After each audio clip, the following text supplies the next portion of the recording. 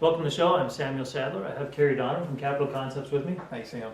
Nice to have you on the show. Thank you. Yep. And we've had a little bit of buzz just recently about portfolio loans.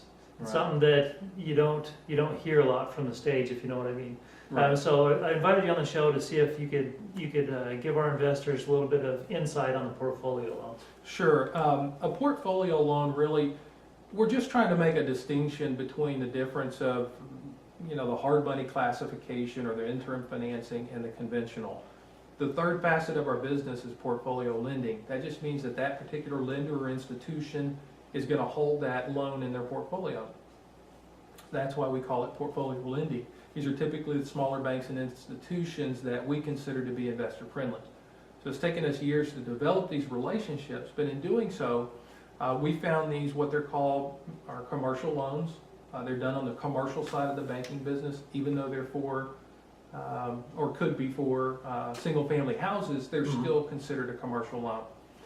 Here's the major difference between a portfolio loan and a conventional. And I will say that conventional is, in today's market, is the best, longest amortization, the best terms out there, the best interest rate. So what we typically do for our clients is try to take them as far as we can with conventional, and then we move them over to the portfolio loans afterwards.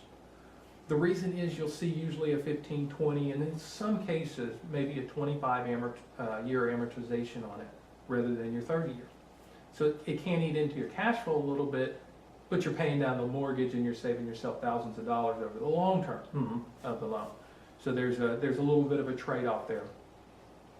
Well, they're also considered short-term commercial, so they're going to have either a 3 or 5 year fixed period on those, and that's typically what they are, a 3 or 5 year note, and then they're going to reset. Okay.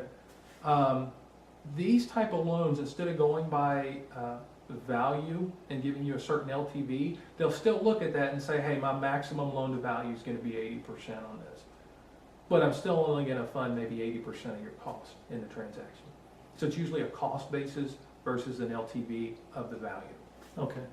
Now, as far as any sort of an out-of-pocket cost for that, are you just coming up with closing costs at that point? The way they calculate the cash out of pocket in the transaction is this. We'll take 80% of cost, we come up with that figure. We come up with 80% of the value of the property, which would be the maximum loan amount, and typically the bank will use the lesser of those two figures. Okay. I have in some cases, 85% of cost, been able to get a client 85% of cost, 80% of cost, and I've had some that were 70% of cost just because of the risk involved in that particular transaction. But here's what it boils down to. It's a risk-based, for the loan, risk-based assessment for the bank, and the bank's going to say, hey, does this loan make sense to us? So what one bank might do, another one might not. Okay. Makes perfect sense. Well, Cary, thanks for coming on the show Thanks, and for Sam. answering our questions. Appreciate it. Thank you. I'm Samuel Sadler.